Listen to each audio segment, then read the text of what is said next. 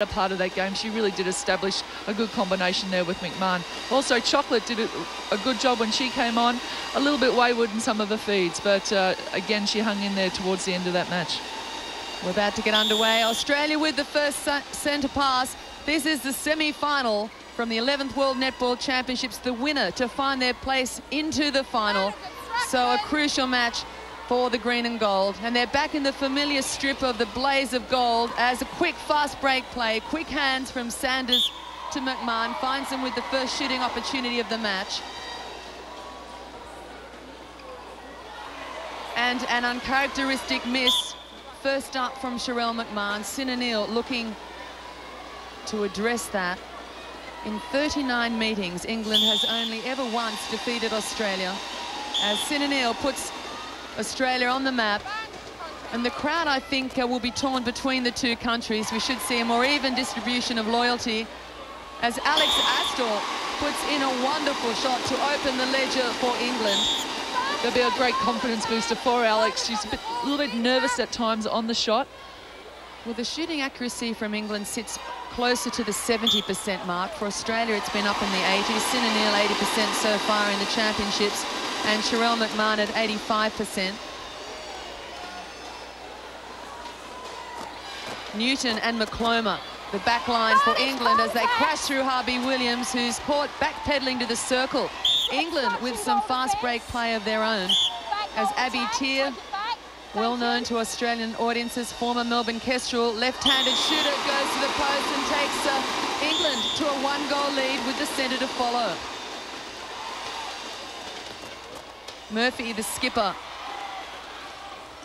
working at wing attack, will do most of the feeding work for England. Cross-court play.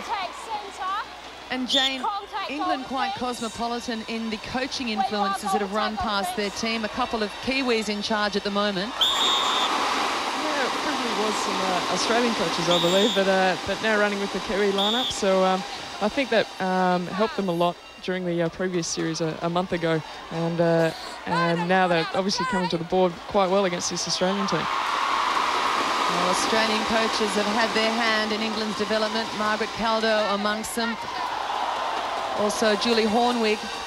Waitamanu and Lynn Gunson hold the coaching reins for England. Lynn Gunson, the head coach, Tamanu, the assistant coach, Leslie Dixon, their manager. And news this week, Margaret Caldo will replace Waitamanu as the national performance manager in England.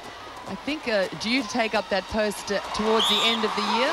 So she'll finish her Kestrel's commitments as Australia create a turnover. Well, the keepers are doing all the damage, Annie. Ellis for Australia and McCloma for England. They're working overtime on the shooters. And the Jamaican crowd keen to see England cause the upset. That's what happens when you're 8 times world champion. Everybody's looking for the change. 3-1 England lead early in this match. The last time these two met was at Commonwealth Games in Manchester. The difference then 11 goals. 49-38. And Australia got out to a good start in that. They were 12-6 at the end of the first quarter. That was Delaney and Southby in goals for Australia. So how quickly lineups change as the Australian defensive unit creates another opportunity. Chocolate uses the speed to drive the circle. Oh, great speed though from McCloma. Chocolate just picked the wrong side to deliver the pass. And again, almost a near intercept from England as Australia float one cross-court to McMahon. Great stretch from McCloma over the shot, but McMahon up to it. And that's her first goal of the match. Australia trail by 1. 4 minutes into the match. The winner of this game to face the winner of New Zealand versus Jamaica. And I wouldn't like to put too much money on the outcome of that one, Vic. No, it's going to be a tough battle. The Jamaicans will have they will have the home crowd advantage, but New Zealand, they've been on fire in this World Championships.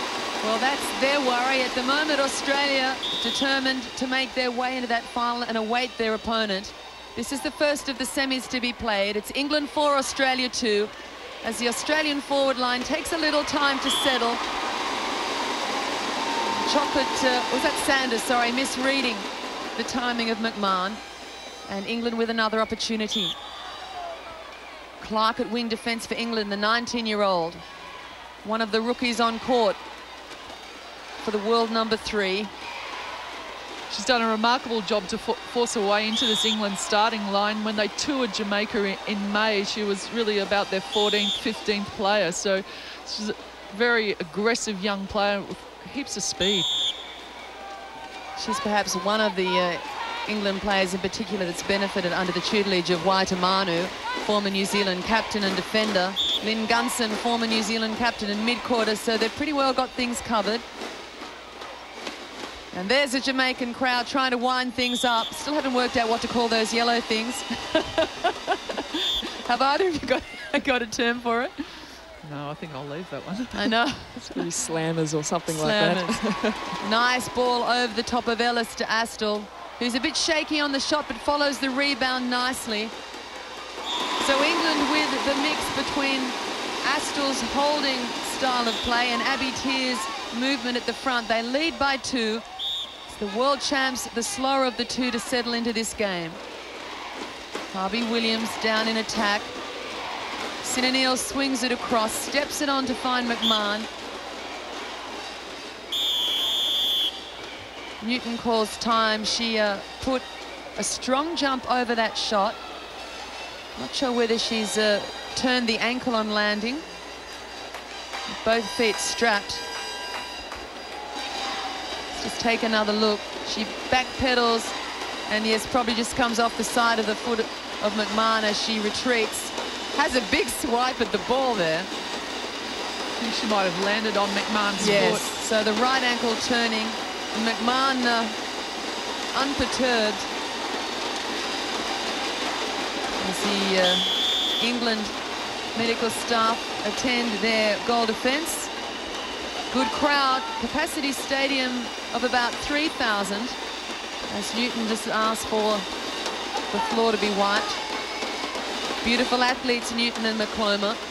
Well, the Jamaican crowd, I think, would have been perhaps wishing that England might have brought on Janet Colburn, one of their own players who's now playing for England. And you thought she might have been in the starting line? Well, she has that natural flamboyant style of the Jamaican play. She has terrific elevation. Perhaps she just lacks a little bit in height. Scoring opportunities fairly even at this stage. 6 Australia. That was England's 7th and they make good use of it. The lead still 2, Australia in chase position. McMahon working off the line. Her workload against Jamaica was incredible. And again, we see her integral in the Australian forward line. Neal just having difficulty finding the timing of when to slot in. She's getting caught quite high up on that transverse line. We really haven't seen a one-on-one situation in the circle with Neal working the baseline. Janie, you'd have played a lot of netball with Sinner. What are her strengths to play alongside? She's definitely a strong player, Anne, who I guess you could say uses the body to her advantage. She works the ball around quite well and easy to read when you're playing with her as well. Bit of a space maker to play alongside. Definitely, I think that's what's happening with Sherelle as well. There's Sinner's actually running out of the circle with Sherelle, clearing out and coming back in. The English centre court are having to work overtime. There's not quite enough movement in the circle off Abby Tear. We've got Alex Astle on hold. Tear needs to do the work out in front. See, they're both players on hold, and it's played right into Australian hands. Well read by Liz Ellis. And the arm of Harvey Williams opens up as Australia play it down court. Neal swings it across. They're looking for McMahon, who's on strong hold and under pressure from Newton. That was terrific footwork by Newton. Then she was coming around the right-hand side and the left-hand side. Really didn't give much of an option for the feed. McMahon under pressure. She'd stepped in the penalty. English defenders are quite deceiving with their arms and just how big a reach they actually have. It's quite phenomenal. The span is incredible and they have a great jump as well. Sometimes I don't think the umpires umpired that call very well. They don't make that decision. Their reach is just amazing. Well, Australia has levelled at 6 apiece. It's taken them halfway through this first quarter to find their rhythm. And they hit the front. Sherelle McMahon takes Australia to a 1-goal lead in a match crucial for both teams. They've been sitting their time out through the qualifying rounds, quarterfinals yesterday. England with a narrow win over South Africa, just 3 the difference to find their way into the semi-final. Australia with a solid win against Barbados. But days of almost monotonous routine building towards these matches that are crucial and so different from the earlier ones in the rounds. As Australia looks down court, trying to make it a 2-goal margin. Umpires for this match, Bronwyn Spear and Justine Bourne. And of course, for those of you waiting to see Australian umpires in this international pool, it's neutral umpiring, so you won't see them placed. But Stacey Campton, Michelle Fippard, Sharon Kelly, Deb Farrelly, doing us proud. And great to see so many Aussie umpires in the international pool. There's the bench. Richardson in the middle, Eloise Southby to the right, and Ali Broadbent to the left. Let's see now what Abby Tear does. That's much better off her. She needs to come out and operate off the front. She's running like a magnet, actually, back towards Harvey. She's got to keep Harvey occupied and away from Astle. Well, they need to split up the Australian defenders. They work well as a unit. And that's better play. Split the Australian defence quite wide. Astle holding in good position, and a nice feed to her gives a close range shot. England back to within 1. 8-7 Australia lead. Less than 5 remaining until the first break.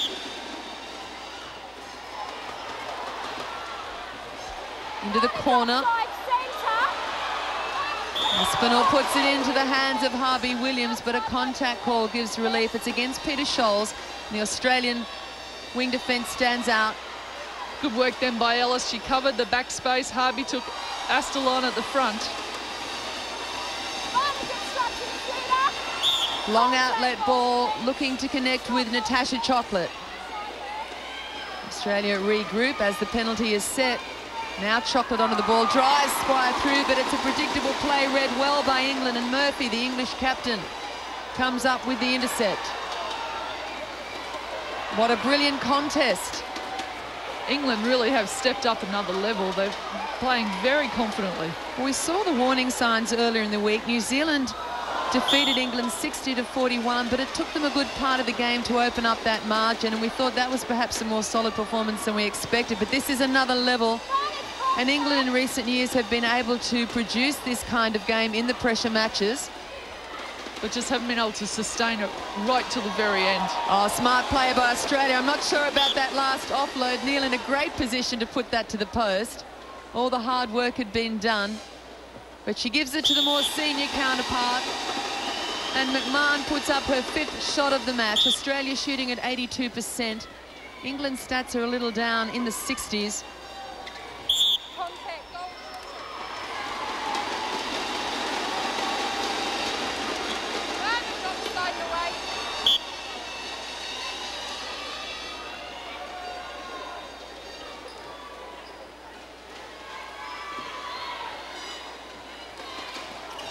England holds it up, looking for the space.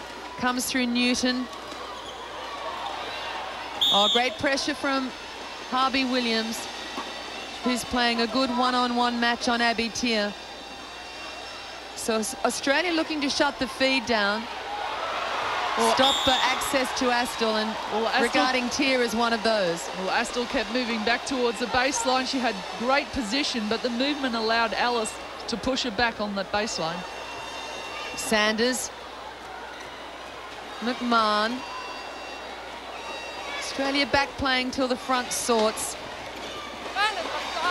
Defenders working hard in attack for the green and gold.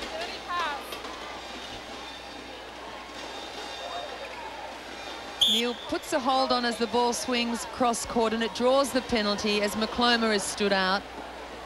She steps across to guard rebounding position, and Sinanil puts up her 5th shot of the match. The Australian shooters shooting at 5 apiece. And Australia, after a shaky start, have pushed the lead out to 3. Just under a minute and a half to the first break. You can put that play down to Olivia Murphy. The quick double play onto Tia to set up Astle. Not a good shot from Astle. Really was a sitter she should have had.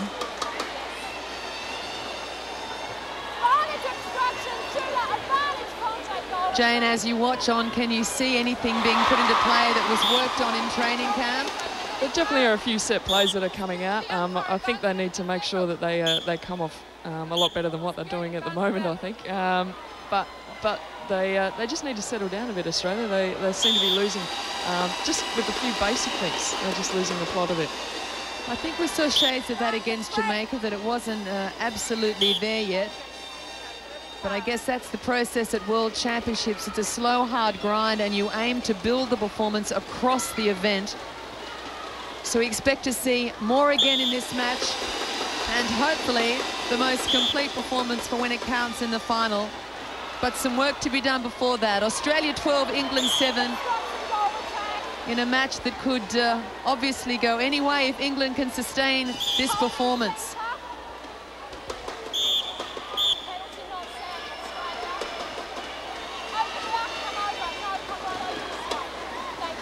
Well, the Australians would be aware that only seconds remain, so they'll be looking for the long ball to the circle. Thank you, Catherine Harvey-Williams. And the contact call does not apparently go Australia's way. I was waiting to see if it was a penalty pass or shot, but the players are walking from the court. That was apparently a contact against McMahon. As Harvey-Williams opens up that beautiful long ball, set everything up. And no contact called there by the umpire. We'll take another look. It was a great challenge by Newton. She had front spot. In fact, the penalty would have gone against McMahon. Well, let's take a look at the match statistics for the first quarter. Jane, anything you can glean? Develop some timing and rhythm as it's coming down court. We made the point against Jamaica that the Australian front line, a foursome that hadn't really played before under pressure, as Australia put up the first goal of the second quarter.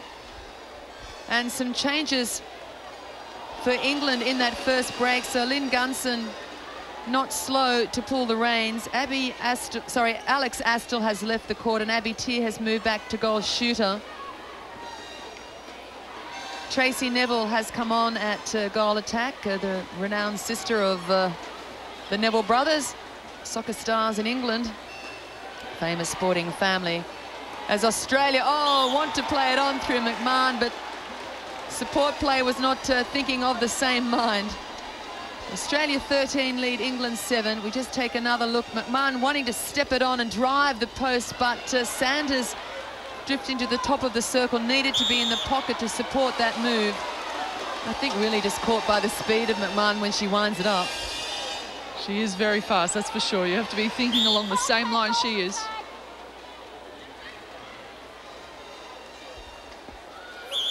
And Jane, the moves for England, Astle leaving the court, opens up a more mobile shooting circle for England. Definitely does. I mean, they lose a bit of the height from taking Astle off the court, but I mean, if you get the goals in, then you don't need to get the rebounds, do you? Remains to be seen. Australia coming out of the blocks, the better of the two from the first break, have quickly pushed the lead out to 7. And that's perhaps the balance of power expected, as Chocolate just does enough to dispose of the ball before hitting the floorboards.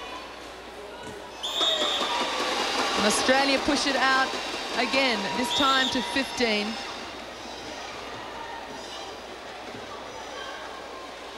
Oh, lovely feed from England, and it's finished beautifully by Abby Tear. Tear on 4 from 6, is shooting at 67%. Neal tries to handle the high ball, but too much on it.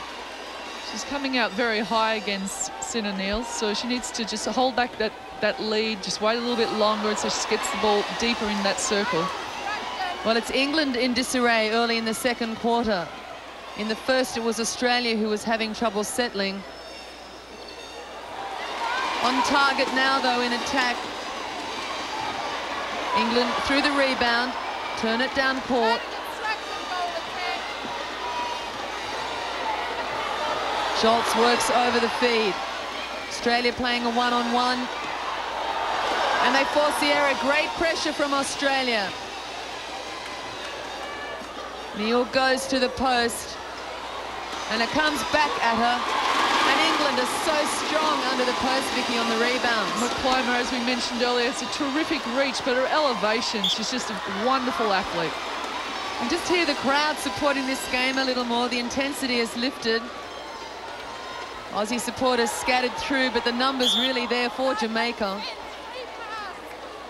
was about to say, England really have picked up that Kiwi trait of passing the ball back to the defence or the attacking transverse line to reset with the wing defence and goal defence and to allow the mid-court to come again. Oh, McMahon. Oh, the arm raised across her on the entire lead will put Newton out of play.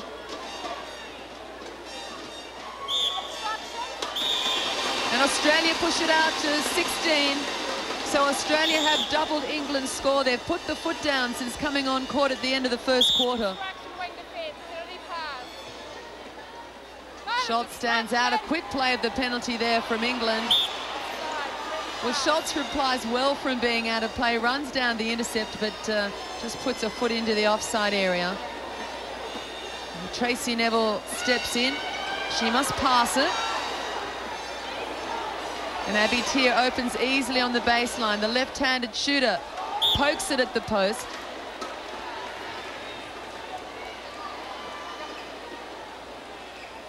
Australian captain out of play, and Tracy Neville puts up her first shot of the match.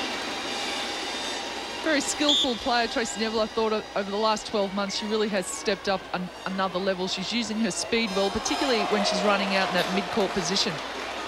Very versatile that she can come back in it and also running goals.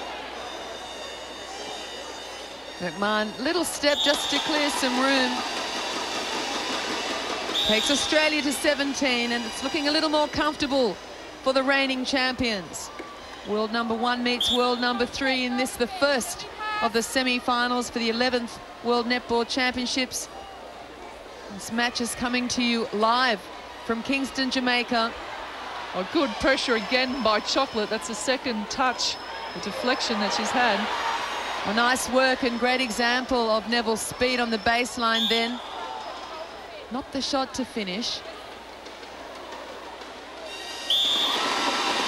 Abby Tier does the work though, and she'll live to be the dominant shooter in this pairing. Tier now with 5 goals from 8 attempts. Australia lead by 7. The feeders work it around on the edge for Australia. Wait for the drive from McMahon.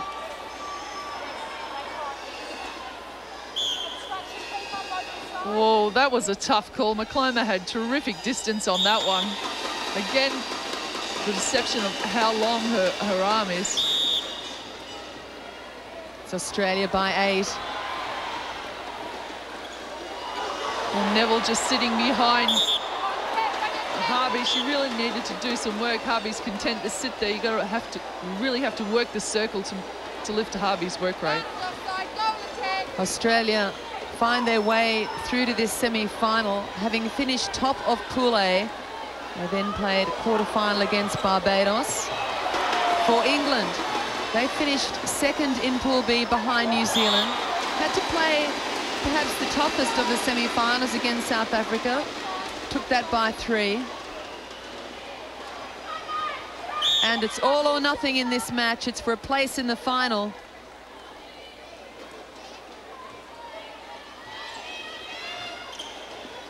Australia pushing England right to the 3-second mark. Such is the defensive pressure. Jill McIntosh left of screen, and Lisa Behag to the right. Australian coach and assistant coach. Jill, of course, retiring at the end of this year.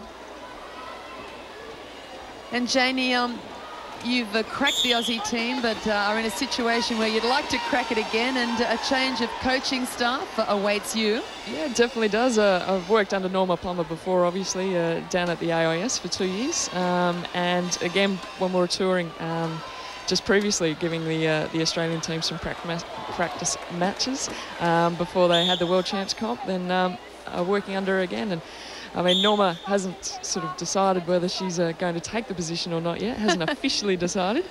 But, okay, well, let's put it this way. She's been offered the position of national coach, and it's being fine-tuned, I think, the details of that appointment. I think that's probably the best way of putting it, yes. Of course, it was basically the institute line with the 3 squad players brought in to assist yourself, Bianca Chatfield and Alex Hodge. That's right, yeah. We worked in with the AIS team, just giving the Aussies some match practice, sort of working zones and specific setups that they might encounter against opposition teams of New Zealand and England and Jamaica. Contact call gives Australia another chance. The crowd not liking that decision. Well, I think I agree with the crowd. That was rather soft. Well, Australia have doubled England's score. They're looking comfortable. They lead by 10. They look good now after a first quarter that wasn't convincing. Neville to the post. It's her second shot. So England with it ahead of them. We're in the second quarter.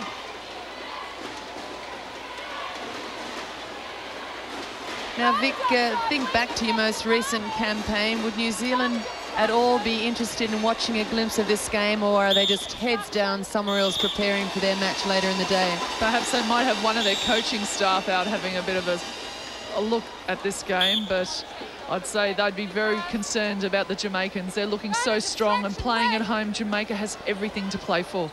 Well, you said before we went on air that you wouldn't be surprised to see them cause the upset and find their way, or you'd like to see them find their way into the final.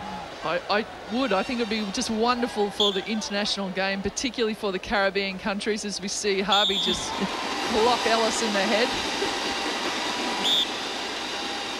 But then again, the Kiwis are such wonderful fighters and they're a terrific netball nation. It's very difficult, Jane, when you watch the progress of teams through a championship like this, simply by the score lines and the margins, to really gauge how good New Zealand are. Yeah, definitely it is. I mean, you know, Australia would come out and beat someone by 20, and you look at the score sheet for the next day and New Zealand's beaten them by 30. So, but you can never tell unless you're actually watching the game, sort of, you know, what movements have been made as to what team each lineup is playing, and it's really hard to tell off a sheet of paper. Well, the Kiwis have a track record of doing that in World Championships. They always post the high scores, and they always look very impressive all the way through and even to the final. I'm waiting for you to add just the last 5 seconds. It's that last goal. Well, let's hope that trend continues for Australia's sake. It's 10 the difference. Under 5 minutes until half-time. Australia have put in a wonderful second quarter. They scored 12 goals in the first quarter, and already they've scored 10 in this second. So the work rate and the scoring rate have lifted for Australia in this second. As out comes the English keeper, McClona, wanting a piece of it. She leaves her fellow defender with an intimidating situation. 2 Australian goalers at post and 1 defender. Neal puts up her 10th.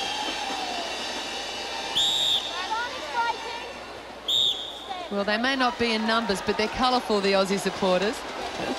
I think I like the ones with the wigs on the best. They're a wig vote. Penalty being set beside Natasha Chocolate. Janie, when you've worked inside the squad and against the Australian team in Barbados before the championships, what sense do you get from Natasha Chocolate? Is she nervous or excited, or both, about the prospect of stepping onto a starting 7 in a pressure match like this? Yeah, I think she was both, and I mean, nervous about the prospect of playing wing attack. She hasn't had much exposure there, so she was just basically trying to learn everything she could before stepping out. Well, it was a baptism of fire. Did she honestly believe she may get on court in one of the big matches? She was sort of being very optimistic about it, and sort of, you know, playing it that if she got on court, then she'd take the opportunity. If not, then, you know, she was just as happy to be on the sideline cheering for the girls. As I would if I was a baby in the team. 24 plays 12 as McMahon walks to the sideline. Jill McIntosh makes use of the opportunity to chat with the midcourt, and the timeout has been called for Sonia McCloma, the England keeper. He puts the ice bag on the left knee. Well, no need for a blackout in this match. No, the Australians really are starting to stamp their authority on the game. I would be thinking they'd be looking for a 30-goal margin. Keep pushing it out. So here's the question. Will Jill McIntosh again exploit the depth of the lineup, or will she let this 7 run it in preparation for finals? I wouldn't be at all surprised if she lets them run for another quarter to see if they can settle, but then again she must be concerned about having fresh legs for that final tomorrow. So Jane, what chances of Catherine Cox, Nicole Richardson finding themselves back in there? Well, who knows what sort of Jill's got on the cards. Maybe she saw this England team as being a game that would be good to, you know, settle everybody on court. So, you know, looking to run everybody. But you know, who knows what's going to happen tomorrow? It's a totally different game as to whether you're playing New Zealand or Jamaica, and the matchups on court are going to be different all the way down. Well, that's a good point. The starting 7 may well be determined by who the opponent is, and we await the result of that match. Don't forget the finals coming to you live, 9:26 a.m. tomorrow morning. That's a must-see event. Australia re-established their rhythm after a timeout for injury. Hands and feet working beautifully, the trademarks of Australian netball. So to say, the Australians really are mixing it up quite a bit. They're using the long ball, the cross court, the short two-handed pass, the quick double play. There's lots of variety out there. England hesitate, held up by some ferocious mid-court defence, and it does the work. Sanders in flight, feeds it into Sinner Neal. Beautiful shot, lovely balance on the shot from Sinner. It's her 11th goal. She's shooting at 85%, so good accuracy from the Australian pair.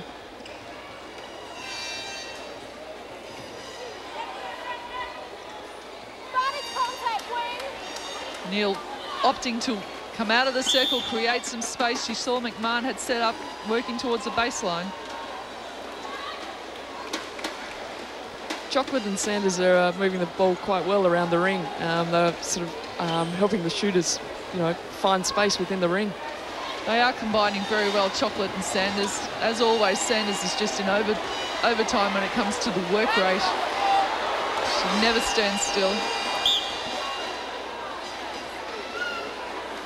Abby Tier rings out, and Harvey Williams comes down with the rebound. Harvey Williams retiring at the completion of this event. Strong front cut then by Scholes. Sets it up for the forward line. Notice the rotation then of Chocolate and Sanders. They mixed it around so they shared the circle edge. Well, that's been quite the pattern of this quarter, that rotation in attack. So the vision player to player and the timing improving as this game goes on. It was also great evidence of Australia's speed in the forward line. There's a bit on that one, some hand on the arm of Neal.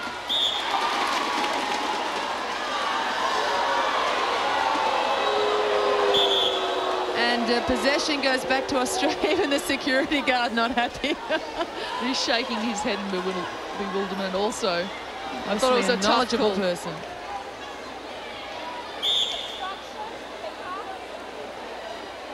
So keeper steps into where McMahon was, so that McMahon's not at a disadvantage in taking that penalty. The defender, of course, was behind. Nice drive to the post from Tracy Neville. Comes back at her, and Umpire suggested that the shot was actually taken. yes. And Well, she's Just lucky play it wasn't on. taken away from her if she had taken that penalty early. It's all history now. Australia have put in a wonderful second quarter, and they go to the... Both teams back on court awaiting the start of the third quarter. Australia leading 26-12. Really made use of that second period to take control of the game. So 12 goals in the first quarter and 14 in the second. They pushed up the scoring rate, but more importantly, really took command and restricted England to just 5 goals in that second period. Sanders, Neal on the drive, Goes to the post, nets the first goal of the third quarter. The rookie's in good form for Australia. Chocolate working hard in defence.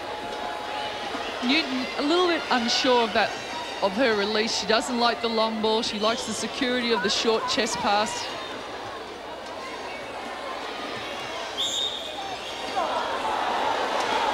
No changes to the Australian lineup.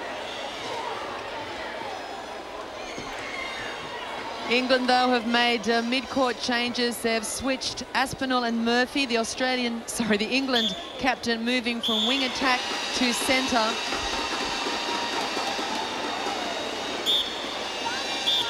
Australia out by 16. But there's no relaxing. It's eyes on a place in the final.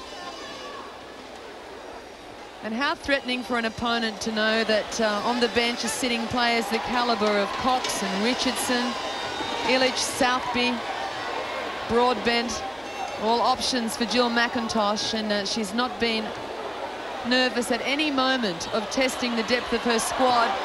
Well, Catherine Harvey said after the Jamaican game, the quality of her team, you can put that down to the state of play here in Australia in the National Netball League, and really that's what England are lacking, a very strong domestic competition. Well, that's the envy of most countries with regard to Australia. New Zealand, of course, with a strong competition, but Australia probably the premier domestic competition in the world, as Abby Tear helps England reach 14. But Australia still on a 2-to-1 ratio with the world number 3. Sanders back plays. Harvey Williams ever ready to assist in attack. Look at the Australian pace. midcourt really working the moves outside the circle. Sanders relentless. There's no hitting a position and stopping and resting. It's constantly drawing players away and out of position to open space. I just had my eyes on Sherelle McMahon. Her pace was just incredible. She just puts her foot down and she was just heading straight for that goalpost. I guess, Janie, that's why you need someone like a Sinanil ready to pull the space and the move to get out of the way when it's needed. Absolutely, regardless of where you are on court, you always have one eye on Sherelle. It's a terrific take then by Aspinall, but unfortunately couldn't deliver. She was off balance. She did remarkably well to pull it in. A beautiful work down court from the world number 1. It was just post to post. That approach was just wonderful. Lovely angles, tremendous speed. The ball being put out at fingertip control. So Australia stretched, starts back here with a contest really between Harvey Williams and Ellis for the rebound. Ellis has the better position. The Australians are hungry and the momentum is lifting.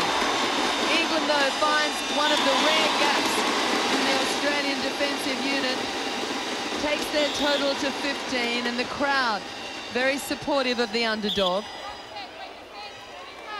Really, England are doing so well defensively. They've kept the Australian team to under 30 goals in half a game of netball, but their scoring rate, they must be very disappointed in that. Well, that has been the trend in recent years. If we go back to last year's contest, Commonwealth Games, the semi-final again between Australia and England, it was a very low-scoring game, 49 for Australia, 38 for England. Again, a defenders' match. England just not able to match the scoring rate in goals. Great pressure from Harvey Williams. Well, that really did deserve a goal then. Tia displayed her great ball skills. Watch this one. She drops it around behind her back. Oh, no, they just missed it. She did this terrific behind the back pass. It's a lot of work going on in this goal circle.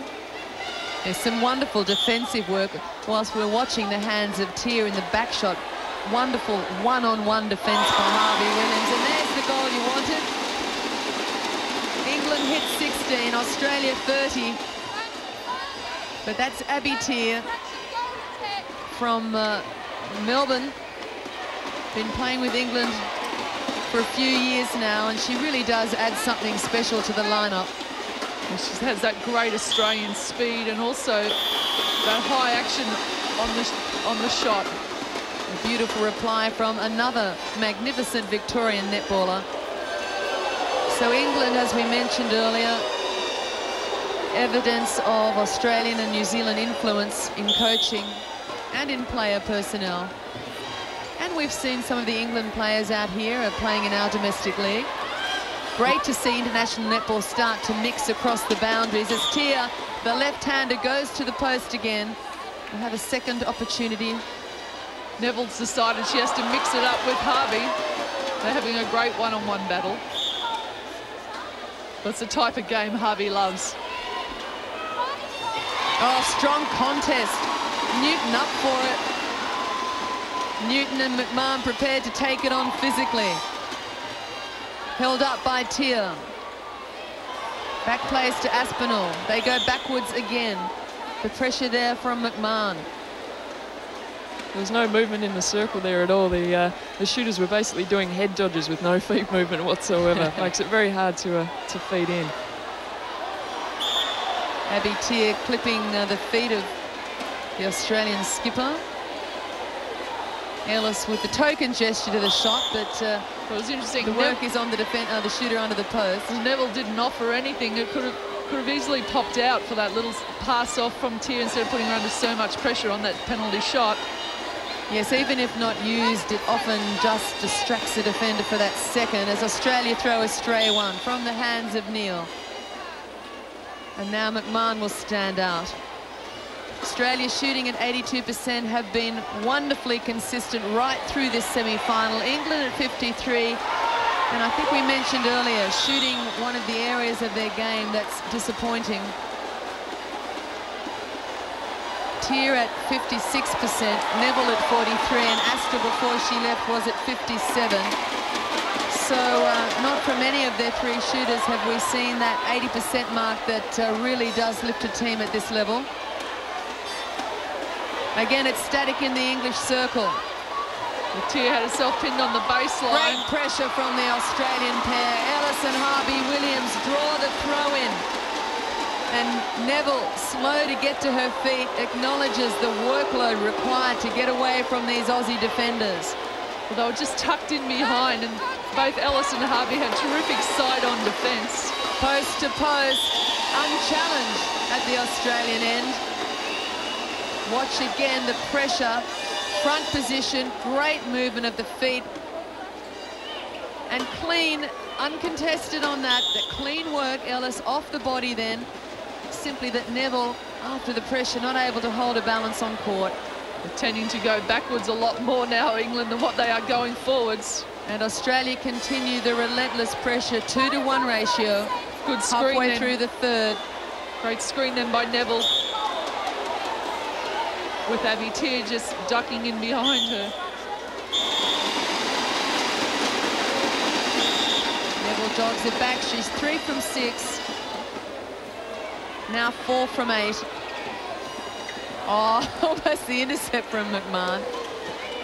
Clever use of the floorboards. Well, Sina Neal has really lifted across the game. Now taking those commanding mid-range shots. And I've never seen Jill Mack look quite as relaxed. No, she's looking very relaxed. In fact, is this Neil's first time up against an English line? I think it might be. I think it might be, yes. Yeah. Got no arguments from the panel. No. We're all nodding. Well, she wasn't on the tour last year. No. No, touches of Jamaica earlier, but not against the English Roses. Well, she has now, and she's counted for herself well. So what a rise. Good raps on her last year as a lovely playmaker. Just when we give her the rap, she misses the shot. Jinxed her, I think we did. Well, I guess if anything, we were waiting for the shooting accuracy to mature under the pressure, but she's sitting at 77% in this match, and they don't come too much tougher than a semi. She was solid against Jamaica and may yet prove to be against New Zealand. So Australia's lineup, the starting 7 unchanged from the first whistle as Tia tries the layup without too much room to maneuver and then cops one from her fellow shooter. And the left hand proving useful there as Tia can use it off the baseline to be away from the defender. Ellis has just been caught out the last 2 times, playing high, looking for the long ball coming in. So that's left Abby Tier under the post the last 2 occasions. McMahon opens the arm up. And it's a juggling act from Neil that she needs to rehearse another time. Ball a little behind her, difficult to take. And that's the movement we were talking of earlier that was lacking from Neville, but he's offered by Tier. She rolls off. Free offers under the post. England just on a little bit of a shooting spree, have scored the last 4 on the trot, so they were at a standstill earlier in this 3rd quarter. But just in the last couple of minutes, have the run of play into the pocket. Nice options there. Tier on the base. Neville splits to the top. And that's a sweet shot from the English goal attack. Neville coming on at the end of the 1st quarter, pushing Tier back to shooter, with Astor going to the bench. The only other changes for England have been tweaking the mid-court. Half-time, just switching their positions. Murphy moving to centre and Aspinall back to wing attack. Ambitious ball, wasn't well placed. And Nkrumah makes Chocolate pay. The whistle has gone well back in the other half. And no advantage played. It's reset, much to the horror of the crowd. And now all undone. I think the call was a held ball. Again, it was rather quick. Well, isn't it ironic? It's brought back to be reset where it was almost down to the circle and then it's lost. Again, beautiful work. The English keeper reading the play nicely. England have scored the last 5 and now it's a turnover fest between the 2 teams. Australia need to settle. Just running up the back of each other's spaces. Chocolate trying to find her way to the edge. Another dangerous ball, swooped on by England. But Neil holds the space. It's her 18th goal, so the shooting equally shared between Neil and McMahon. Nice touch from Harvey Williams. I was going to say clean as a whistle. Thought that was pretty soft. Absolutely. She used the nice reverse tap to hit the ball out.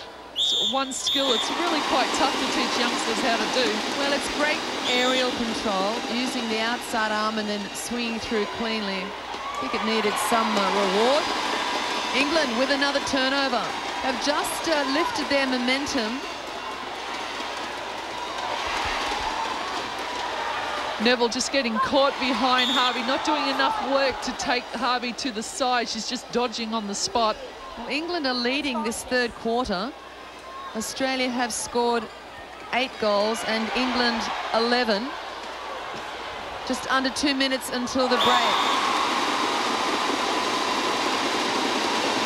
So, Janie, should I start sweating and worrying yet, or is it all in control? Not yet, but I think the Australian team will be quite disappointed with this quarter.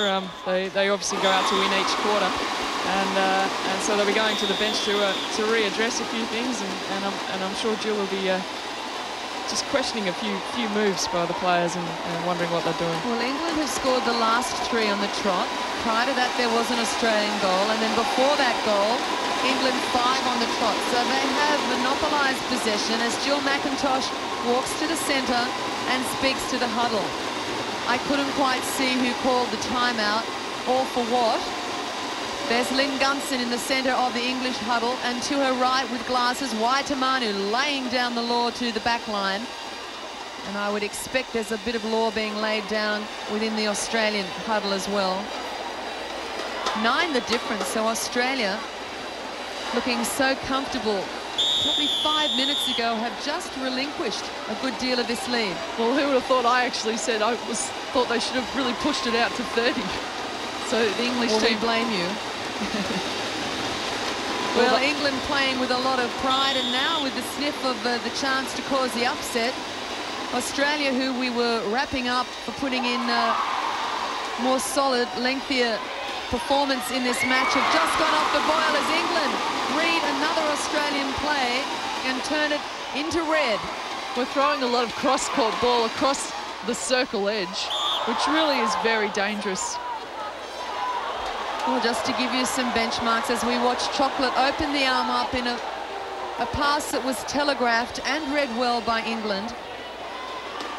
New Zealand on day 6 defeated England by 19 goals, 60-41. So we'll leave that as a benchmark for you.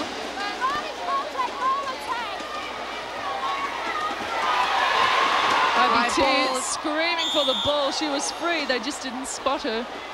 Yeah, the pass left much too late, and Tia running out of room by then. Less than a minute on the clock. Jane, what do you think? Will Jill McIntosh make some changes or let them run this one out? It wouldn't surprise me if she makes a change for this final quarter. Just to rest some legs and give some other players an opportunity, and just to mix it up a bit for the English team, just to keep them on their toes a little bit more. Do you see a question mark over any particular player or any area in particular? I think the centre court might be looking for a change. Natasha Chocolate has just put a few wayward passes the last few minutes, so unless she sort of does a few very steady things over the next minute, then well, you know, 30 seconds, then there might be a change there. Neil adds one before the break, pushes the lead out to 10, so that looks a little healthier, but fourth and final quarter. This is the World Championship semi-final. The winner will go into the final against either New Zealand or Jamaica. And Australia, who was looking on target for something like a 30-goal win, just took the foot off in the third quarter. Sinna Neal has left the court, and Catherine Cox, sporting a new hairstyle, has moved on at goal shooter. Changes in the mid-court as well, as we preempted. Richardson now on at centre. Sanders has moved to wing attack. So Jill McIntosh not prepared to sit this one out. She wants some impact, and it's come through a mid-court and a shooting change. No changes to England, who won that third quarter well against Australia, really lifted, changed the defensive format, and now Australia need to settle. 10 the difference. So Vicky, we can't write England off. It's 5 turnovers converted, isn't it? Well, absolutely, and they've been great competitors. To come back in that third quarter really did, you know, catch Australia out. So you can understand why Jill McIntosh made the change. Needed the experience of Richardson in the middle, needed some more work rate off Sanders at wing attack, but also the injection of Cox, perhaps just to keep Cox in touch for that final tomorrow. But you don't want to get too far ahead of yourself. An old cliche, but a beauty, you know, just take one game at a time, and they really do have to win this one. Well, that's been Jill's quote in the press, one match at a time. But I have to say, we all felt that we shouldn't assume the starting 7 for this match would necessarily be the start for tomorrow's game. It may well depend on whether it's New Zealand or Jamaica. But let's get through this one first. And some decisions to be made for Jill. 10 the difference. But to England playing from pride and also urgency, it's now or never if they're to make the final. And they can't pull off the pressure they've put on Australia, and unfortunately a timeout for injury, as much as it's needed, doesn't assist them in making the run. No, it doesn't. They'll be wanting to come home very strong, the Australian team. That, again, it's all, the feel of a team is just all about that timing and just being able to push through the 15 minutes of having great play coming down court and good defensive work rate. English centre. Back to Clark.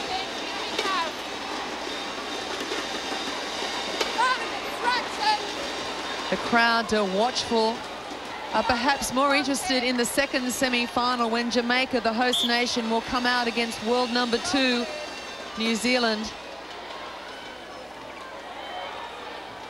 Kingston, the venue. Australia have been in every World Championship final. They've won 8 out of a possible 10. Great rebound from Neville, finds good position, but too much on it, and smart work by Liz Ellis. And that's sweeter play by the Australian forward line.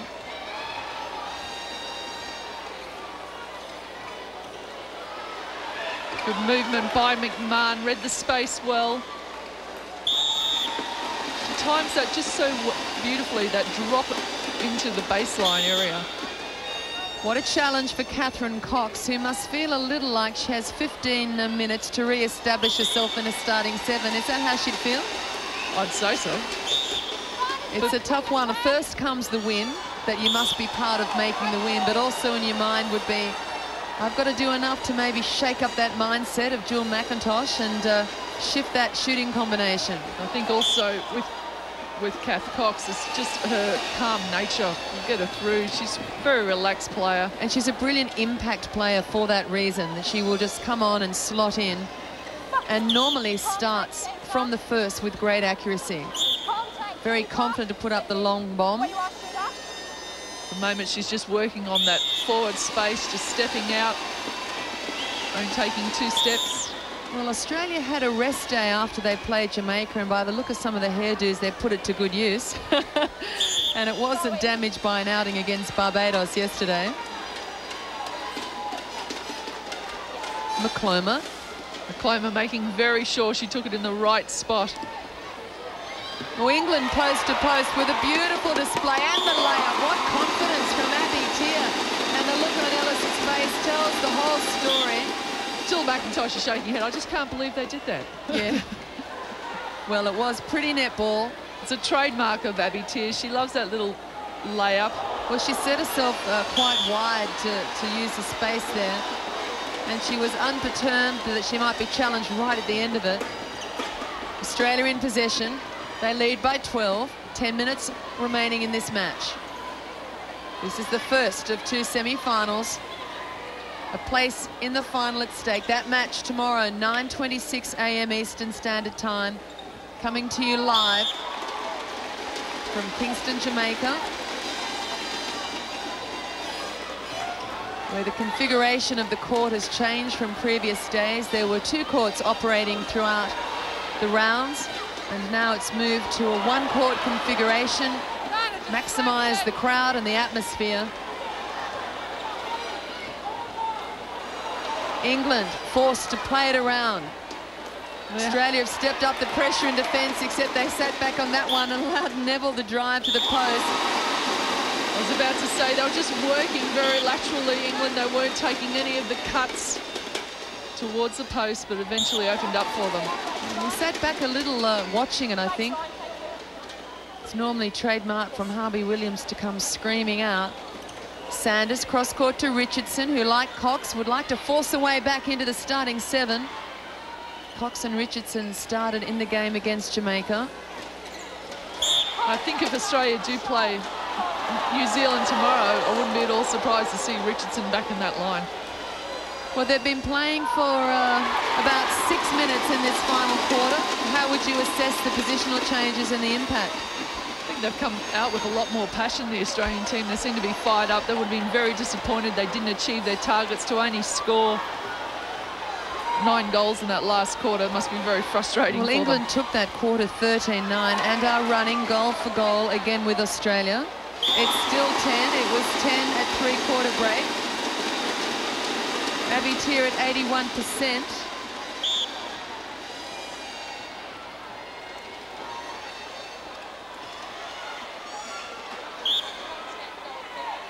Well, Tier lucky to get away with that one. She was just bouncing and ducking behind Ellis. England have again had a scoring spree. They've scored the last 4 on the trot. They've brought the lead within 9. So Australia not convincing in the close of this match. They were hesitant at the start of the game. Took them a little to settle. They trailed England by 2 for a good part of the first quarter, but steadied before the end of that quarter to go to the first break 12-7. Half-time, they'd pushed the scoreline out to 26-12 after a solid second quarter. Great ball then by Olivia Murphy. Did enough to take Ellis out of the circle. Not sure what Neville did then to turn the ball over. But Harvey Williams loved it. She slapped the hands together, so it's something they've been waiting to be acknowledged. By 3-quarter time, Australia had slowed down the momentum, and England took that quarter, so it was 35-25 at 3-quarter time, and now it's goal for goal. Good feed by Sanders then. She put it around the long arms of the England defence and into Catherine. Well, Cox is working overtime on that wide base, making it very difficult for McCloma to get around. Brilliant ball from Harvey Williams, who had great vision in picking up McMahon. And the lead now out to 12. Australia scored the last 3. Good ball. Had some speed on it from Neville. Oh, a little trick pass from T, who does love the behind-the-back plays. Harvey Williams working around, disguising the spaces on Neville. Ellis will stand out for contact. Interesting to see if Neville provides an option for Tia. No, she has confidence that she'll just go straight to the post. Just over 6 minutes remaining in this match. Okay, my experts, how would you assess this performance? Let's assume Australia survive the remainder of this quarter, make their way into the final. Are we on track? We're on track, we're in the final, but quality of play, consistent over 4 quarters, I don't think so. I think there's a few question marks, but I think that's going to be the big test for them, for that final to rise to the occasion, to lift to the next level. And because there's just so much passion and pride when playing for Australian World Championship final, I think we have the goods to do it. And there you see it, the pride and the passion on display through the skills. Wonderful play down court for Australia. The finish doesn't come from them. And really that has been it, hasn't it? They've lacked the finish. We just don't seem to have that polish that we normally see in this Australian line. I don't think it's been a performance that will make them overconfident, but perhaps it will steel them for the tough job ahead. And Australians are good at lifting to the challenge. It won't be the first time that they may go into it not the favoured team. Favourites by right as world champion, but perhaps not by recent form. And they've lifted time and time before. Such is the power of the green and gold. Another strong shot from Abby Tier, who's 19 goals from 30 attempts.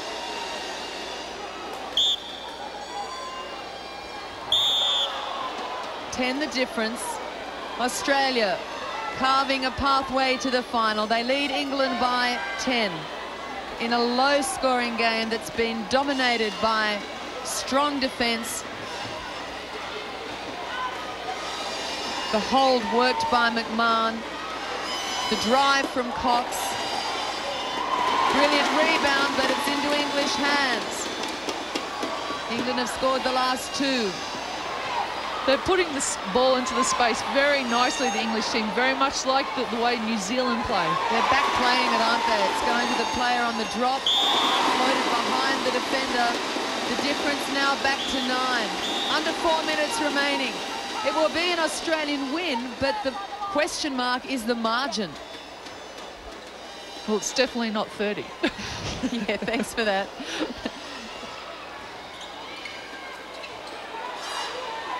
I take your point, though, and at the time you made that comment, and you have reprimanded yourself severely a couple of times since making it, there was every reason to expect the game to open up and the increment to continue. It was 26-12 at half-time, with Australia on track to pushing it out. But the wheels fell off a little, and I don't know that the changes have particularly addressed that, although I think it's more that England have lifted and Australia are having difficulty re-entering. Murphy goes against McMahon, contact on the ball. It's Australia by 9, under 3 minutes remaining in this match.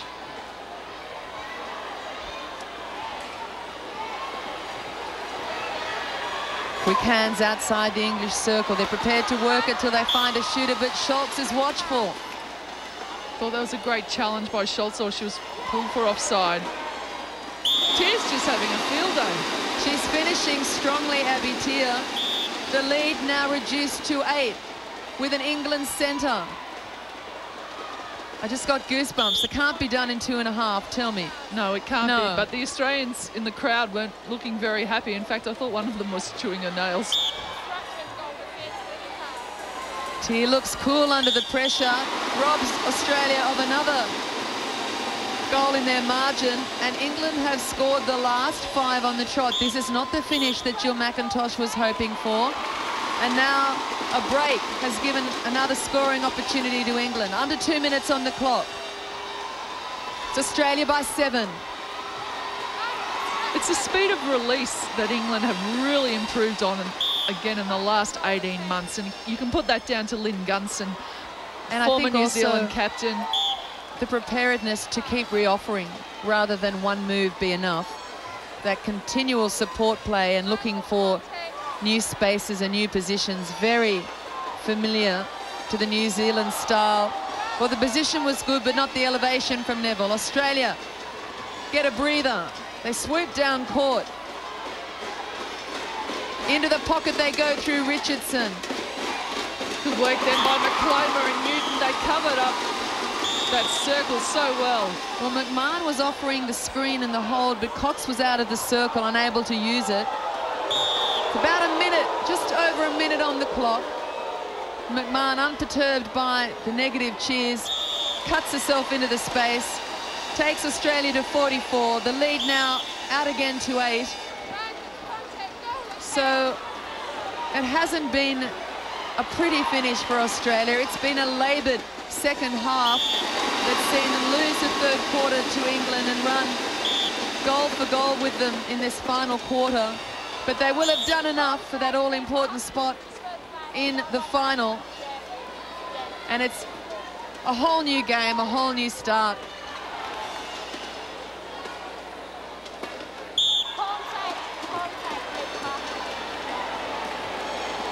See the arms of McCloma just reaching up over the back of Sherrill there, but got picked up for contact.